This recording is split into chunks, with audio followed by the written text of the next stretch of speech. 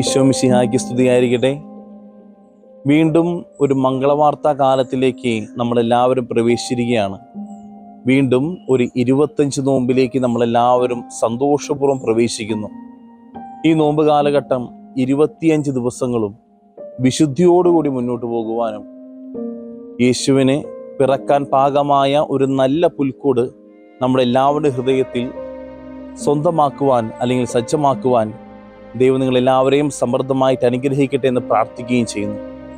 നോമ്പിൻ്റെ ആദ്യത്തെ ദിനം, മംഗളവാർത്തയുടെ ആദ്യത്തെ ഞായറാഴ്ച, തിരുസഭ നമുക്ക് വിചിന്തനത്തിനായിട്ട് നൽകിയിരിക്കുക വിശുദ്ധ ലൂക്ക അറിയിച്ച സുവിശേഷം 1-ാം അധ്യായം 5 മുതൽ 25 വരെയുള്ള വാക്യങ്ങളാണ്. സ്നാപക യോഹന്നാൻ്റെ ജനനത്തെക്കുറിച്ചുള്ള അറിയിപ്പാണ് നമ്മൾ ഇന്നത്തെ സുവിശേഷത്തിൽ വായിച്ചു കേൾക്കുക. സക്രിയായും എലിസബത്തും ഒരു സാധാരണ മനുഷ്യരാണ്. പക്ഷേ ഈ സാധാരണ മനുഷ്യരുടെ ഇടയിൽ ഒരു അസാധാരണമായിട്ടുള്ള ദൈവിക പ്രവർത്തനം നടക്കുകയാണ് ഇന്നത്തെ സുവിശേഷത്തിൽ നമ്മൾ വായിച്ചു കേൾക്കുക. നമ്മളെല്ലാവരും സാധാരണ മനുഷ്യരാണ്. പലപ്പോഴും സാധാരണമായിട്ടുള്ള ഒരു തെരഞ്ഞെടുപ്പാണ് ദൈവവും നമ്മുടെ ജീവിതത്തിൽ നടത്താറുള്ളത്. പക്ഷേ മനുഷ്യനെ സംബന്ധിച്ചിടത്തോളം അത് ഒരു അസാധാരണമായിട്ടുള്ള ദൗത്യമായി മാറാറുണ്ട്. സക്രിയയുടെ ജീവിതത്തിലും ഇതുപോലെ തന്നെയാണ് ഇന്നത്തെ സുവിശേഷത്തിൽ നമുക്ക് കാണാനായിട്ട് സാധിക്കുക. സാധാരണക്കാരനായ സക്രിയ അസാധാരണമായ ഒരു ദൗത്യം ഏറ്റെടുക്കുകയാണ്. ഈശോയ്ക്ക് വഴിയൊരുക്കാനുള്ള സ്നാപക യോഹന്നാൻ്റെ പിതാവാകുവാനുള്ള ദൗത്യം. നമ്മുടെ ജീവിതത്തിലും ഇതുപോലുള്ള അസാധാരണമായിട്ടുള്ള പല സംഭവങ്ങളിലൂടെയും നാം കടന്നു പോകേണ്ടി വരും. സക്രിയ പോലെ, എലിസബത്തിനെ പോലെ ദൈവത്തിന് മുമ്പിൽ നീതിനിഷ്ഠരും അതുപോലെ തന്നെ ദൈവിക കാര്യങ്ങളിൽ ഒന്നാമത് നിൽക്കുന്നവരുമായിരിക്കാം. പക്ഷെ പലപ്പോഴും ജീവിതത്തിൻ്റെ പല പ്രതികൂല സാഹചര്യങ്ങളിലും ഇതുപോലെ ദൈവം നമ്മളെ പല അസാധാരണമായ സംഭവങ്ങളിലൂടെയും കടത്തിവിടാനായിട്ട് സാധ്യതയുണ്ട്. അത്തരം കടത്തിവിടലുകളുടെ സമയത്ത്, അത്തരം പ്രതികൂല സാഹചര്യങ്ങളെ നമ്മൾ ഫേസ് ചെയ്യുന്ന സമയത്ത് ഒരു കാരണവശാലും സക്രിയ പേടിച്ചതുപോലെ പേടിക്കരുത്, ഭയപ്പെടരുത്. ആ ഭയത്തിന് ഒരർത്ഥമുണ്ട്, ദൈവത്തിലുള്ള വിശ്വാസക്കുറവ്. പലപ്പോഴും നമ്മൾ ദൈവത്തിന് നമ്മുടെ ആവശ്യങ്ങൾ ധാരാളം പറഞ്ഞ് പ്രാർത്ഥിക്കുമ്പോൾ, അല്ലെങ്കിൽ തമ്പുരാൻ്റെ സന്നിധിയിൽ വന്നുകൊണ്ട് എനിക്കത് വേണം, എനിക്കിത് വേണമെന്ന് പ്രാർത്ഥിക്കുമ്പോൾ ഓർക്കണം, അത് ദൈവിക പദ്ധതിയോട് ചേർന്നുള്ള കാര്യമാണോ അല്ലയോ എന്നുള്ളത്. ദൈവം നമുക്ക് ആവശ്യമായിട്ടുള്ള കാര്യങ്ങൾ നമുക്ക് ആവശ്യമുള്ള സമയത്ത് തരും. അതാണ് ദൈവിക പദ്ധതി എന്ന് പറയുക. എങ്കിൽ മാത്രമാണ് അത് നമുക്കും മറ്റുള്ളവർക്കും ഒരുപോലെ നന്മയുള്ളതായിട്ട് മാറുകയുള്ളൂ. സക്രിയയുടെ ജീവിതം എടുത്തു നോക്കുമ്പോൾ നമുക്കതൊക്കെ കാണാനായിട്ട് സാധിക്കും. നല്ല പ്രായത്തിൽ അദ്ദേഹം നന്നായി പ്രാർത്ഥിച്ചിട്ടുണ്ടാവും, നന്നായി ത്യാഗങ്ങൾ അനുഷ്ഠിച്ചിട്ടുണ്ടാവും ഒരു കുഞ്ഞിക്കാലിന് വേണ്ടി.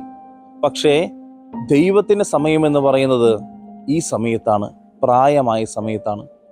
ഇത്തരം സന്ദർഭങ്ങളിലൂടെ കടന്നു പോകുമ്പോൾ നമുക്കും സക്രിയയ്ക്ക് പോലെ ഭയമുണ്ടാകാനുള്ള സാധ്യതയുണ്ട്. സൂക്ഷിക്കണം. ഈ ഭയത്തെ ചെറുത്ത് നിൽക്കണമെങ്കിൽ, അല്ലെങ്കിൽ ഈ ഭയത്തെ മാറ്റി നിർത്തണമെങ്കിൽ നമുക്ക് ആവശ്യമായിട്ടുള്ളത് വിശ്വാസമാണ്. വിശ്വാസത്തിൻ്റെ കണ്ണുകളിലൂടെ നോക്കിയാൽ മാത്രമാണ് നമുക്ക് ദൈവിക പദ്ധതി എന്താണെന്ന് മനസ്സിലാക്കേണ്ട സാധിക്കുള്ളൂ. യഥാർത്ഥത്തിൽ സക്രിയയ്ക്ക് കിട്ടിയ ഒരു കൊട്ട്, അല്ലെങ്കിൽ സക്രിയയ്ക്ക് കിട്ടിയ ഒരു നിശബ്ദത എന്ന് പറയുന്നത് ദൈവിക പദ്ധതിയെ കാണാനുള്ള ഒരു കഴിവായിരുന്നു. ദൈവിക പദ്ധതിയെ കണ്ട് മനസ്സിലാക്കിയതിന് ശേഷം പിന്നീട് സക്രിയ സന്തോഷിച്ചിട്ടേയുള്ളൂ.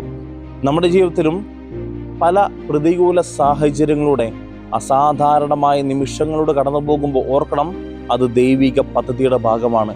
ആ പദ്ധതി എന്താണെന്ന് മനസ്സിലാക്കണമെങ്കിൽ വിശ്വാസത്തിൻ്റെ കണ്ണുകളിലൂടെ നമ്മൾ നോക്കിക്കാണണം.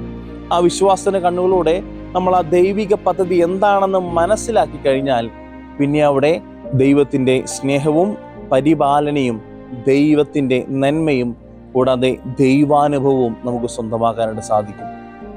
അങ്ങനെ ദൈവാനുഭവം സ്വന്തമാക്കുവാൻ ദൈവിക നന്മയോട് കൂട്ടിച്ചേർന്നുകൊണ്ട്, ദൈവിക പദ്ധതിയോട് ചേർന്നുകൊണ്ട് ജീവിതത്തിൽ ഓരോ ദിവസവും ദൈവത്തെ സ്തുതിക്കാനായിട്ട് നമുക്ക് പരമാവധി പരിശ്രമിക്കാം. സക്രിയയുടെ ജീവിതത്തിലും സംഭവിച്ചതുപോലെ അസാധാരണമായ നിമിഷങ്ങളിലൂടെ കടന്നു പോകുമ്പോൾ ദൈവത്തിൻ്റെ അനുഗ്രഹം എന്താണെന്ന് മനസ്സിലാക്കുവാൻ അതുപോലെ തന്നെ ദൈവിക നന്മയുടെ ഭാഗമാകുവാൻ, ദൈവിക പദ്ധതിയുടെ ഭാഗമാകുവാനായിട്ട് നമുക്ക് പരമാവധി പരിശ്രമിക്കാം. അത്തരം സന്ദർഭങ്ങളിൽ വിശ്വാസത്തോടു കൂടി നോക്കിക്കണ്ടുകൊണ്ട് ദൈവത്തെ ആരാധിക്കുവാൻ, ഓരോ ദിവസവും ദൈവാനുഭവത്തിൽ കടന്നു പോകുവാനായിട്ട് നമുക്ക് പരമാവധി പരിശ്രമിക്കാം. ഈ നോമ്പിൻ്റെ ദിവസം ദൈവത്തിലുള്ള വിശ്വാസത്തിൽ അടുക്കുവാൻ, ദൈവത്തെ കൂടുതൽ സ്നേഹിക്കുവാൻ നമുക്കെല്ലാവർക്കും ഇടയാകട്ടെ. ഏവർക്കും ക്രിസ്തുമസിൻ്റെ മംഗളങ്ങൾ ഒത്തിരി സ്നേഹത്തോടു കൂടി നേർന്നുകൊള്ളുന്നു. ദൈവം നിങ്ങളെല്ലാവരെയും സമൃദ്ധമായിട്ട് അനുഗ്രഹിക്കട്ടെ. നമ്മുടെ കർത്താവ് മിശിഹായുടെ കൃപയും പിതാവായ ദൈവത്തിൻ്റെ സ്നേഹവും പരിശുദ്ധാത്മാവിൻ്റെ സഹവാസവും നിങ്ങളോടും നിങ്ങളുടെ ഭവനങ്ങളോടും കൂടി ഉണ്ടായിരിക്കട്ടെ, ഇപ്പോഴും എപ്പോഴും എന്നേക്കും. ആമേൻ.